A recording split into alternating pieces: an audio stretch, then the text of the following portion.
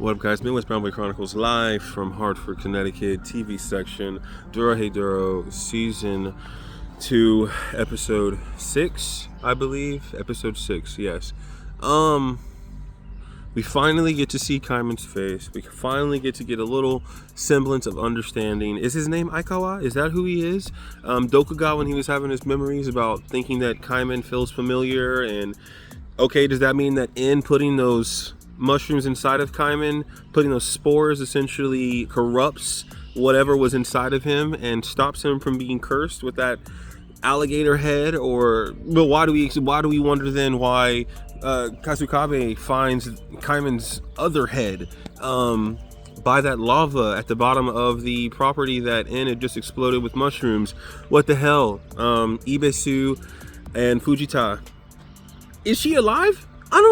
Is she alive? Is Ibisu actually alive? I have no fucking idea. Her fucking face was slit in half after it looks like she stopped her evil fucking demon doppelganger. I say that in the same sentence as her face fell off. Her whole right shoulder fell off. Fujita tasted some of the black powder and went OP for a moment and killed that monster and is gonna save Ibisu, but is she gonna be the same? Is she gonna remember anything? Her brain's been cut in half. Nikaido jumping in front of Kaiman before he got a death blow because En decided to try to murder him, essentially, and gets broken again when Nikaido reminds him that Kaiman is her one and only true friend. And I'm gonna replace friend with lover, desire, because as much as Kaiman is a friend, Nikaido gives Kaiman looks like she wants him to be hers for the rest of her life. I'll make you gyoza as long as you want. I'll keep making them for you. And she loves him. She sincerely loves Kaiman for always being there for her and feeling like she wants to be more to him than just somebody who helped him through not knowing who he was. So I'm really interested to see what happens. Even more so with Kaiman, Dokuga talking about their boss and saying the boss and the boss and the boss and going through a memory they had as kids. And then me correlating that face looked just like Kaiman's face. Which then I go to corruption and politics and mobsters and mafia, and it's pretty damning but not surprising that you could have a boss who people don't appreciate, who people want to get rid of, people want to overthrow, getting something done to him to make him vanish, to make him disappear, or make people believe that he's still there but he's really not. And so I thought in that exact moment that maybe somebody in Kaiman's inner circle, if he truly is the boss of the Cross Eyes, maybe they wanted to get rid of him because they didn't like how he was doing things. Maybe they didn't like who he was. I'm just believing more and more that it really may be Kaiman being the boss. And that's why he's so powerful. That's why he's immune to magic. How many things truly are based off of Kaiman's strength, but we don't know what kind of sorcerer he is, or what Dokuga's talking about when he's like, that guy walks through the portal and then just, what did he do when he walked through the portal? Very interested to see how that unfolds. And then what happens when we see Kaiman falling and Nikaido saying goodbye as En has her, and he's falling, and then something comes out of his body that says, I wasn't the one that killed you, it was someone else. And I'm like, huh? But then at the end of the episode, learning that being, or whatever it was called curse, and essentially whatever you throw at it, it gets thrown back. So that does explain why Kaiman was immune to magic, why it was not hurting him, and maybe why when En put those mushroom spores inside of Kaiman, it did make curse, how he's calling himself, react to it, and he wanted to get away from it.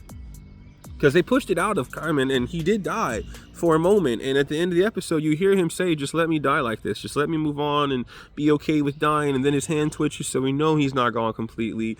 But it just opens up so many fucking questions. So many questions. If he's not dead, where is he at? Who's the being that slid him away and that literally said, I was turned into a sorcerer again, so my power weakened? What the hell does that mean? Does that also mean that curse is one of two things, or a person that maybe can divvy itself from its soul, or because we saw a soul leave Kaiman's body, or leave the being that came out of Kaiman's body? So again, I don't completely understand what part's supposed to be clear after watching this episode. Nothing makes more sense. If anything, I'm way more fucking confused, way more just mesmerized by what unfolded and how the payoff was worth it. Fuck, guys. Talked about it last week, wanting the payoff, wanting to really see Kaiman's face for the first time. And it wasn't like his face was going to be just, oh my God, I know that face. Or it was just more like, how were they going to do it? How are they going to unveil his face and bring it to the light? And we saw it. It really was a moment where right after he gets shot with the mushrooms and he's bent over, he comes back up and we see a face. We don't see an alligator or anything. And again, what did it mean to see the alligator head by that magma? What did that mean? Was that Kaiman's true head? Was it a glorified mask that had been placed on and then sealed on by curse magic? Or what the hell happened to him? And Dr. Kusakabe is on both sides. He's really close to Shin, likes Noi, but also likes Kaiman and Nikaido, and isn't a bad guy, isn't a good guy, is kind of just there to be there. What the hell? A lot of ploys that I'm super confused about, but I'm really excited to watch. It just gives so much more just depth in the conversation of what Kaiman is when you get to see his face and see him unveil things. And I really hope, now that we got his face back, it's going to be for the next 5 episodes, because we only get 11 episodes. The next 5 episodes are going to be him unraveling the truth, getting his memory back. They talk about it all the time in this universe of Dorohedoro, that a lot of them do get their memory back eventually. But it takes something happening, having to remember something getting thrown at them, attacked, the black powder. Something's going to help him remember. But what is it is the big question. I am super engaged in this show. Things are happening left and right that are super gruesome, super dark. En is a badass. All those mushrooms and how he uses them is terrifying. What kind of ability he's given himself is absolutely diabolical. And again, I'm gonna speak on Nikaido because I love her. I love her loyalty. I love that she will not back down from anything that comes to Kaiman. She will love him through it all, knowing the pain that she got when En turned her foot into mushrooms, when she went to jump and block En from shooting Kaiman. All the pain she feels doesn't matter when it comes to him. She just loves that man, and I sincerely hope the payoff for Nikaido is worth it. I really hope she gets the love that she wants, and I, more than anything, hoped that Kaiman is a boss, is the leader of the Cross Eyes, because if he's the leader, that means he's got an army behind him. Hopefully he's got arsenals of weapons or people who are powerful behind him, and he's able to go and storm En's palace or whatever and get Nikaido back. He doesn't want to kill Shin or Noi. He doesn't care about them like that. All he cares about is Nikaido, and I hope we kind of get that semblance of, I know it doesn't always need to be love and wax poetic, but get the fuck out of here if you haven't watched this show and seen the way Kaiman and Nikaido interact, and not wanted it to be love for them at the end, not wanted Nikaido to be able to just be around Kaiman and him not be so worried, so down on himself all the time because he doesn't know who he is. Sincerely have Kaiman just realize that Nikaido loved you, you fucking idiot. Nikaido loved you.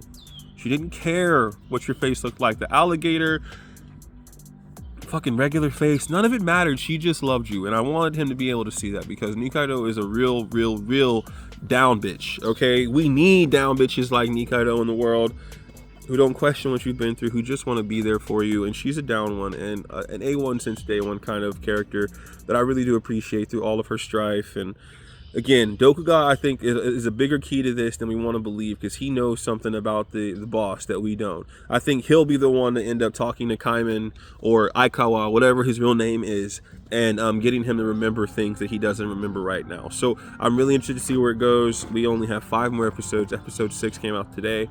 We only got 5 more, only 11 episodes in the season, and I just, I really am excited about the payoff, hopeful for the ending to actually get them what they deserve, but also just lost for words in some of those scenes, in some of those moments.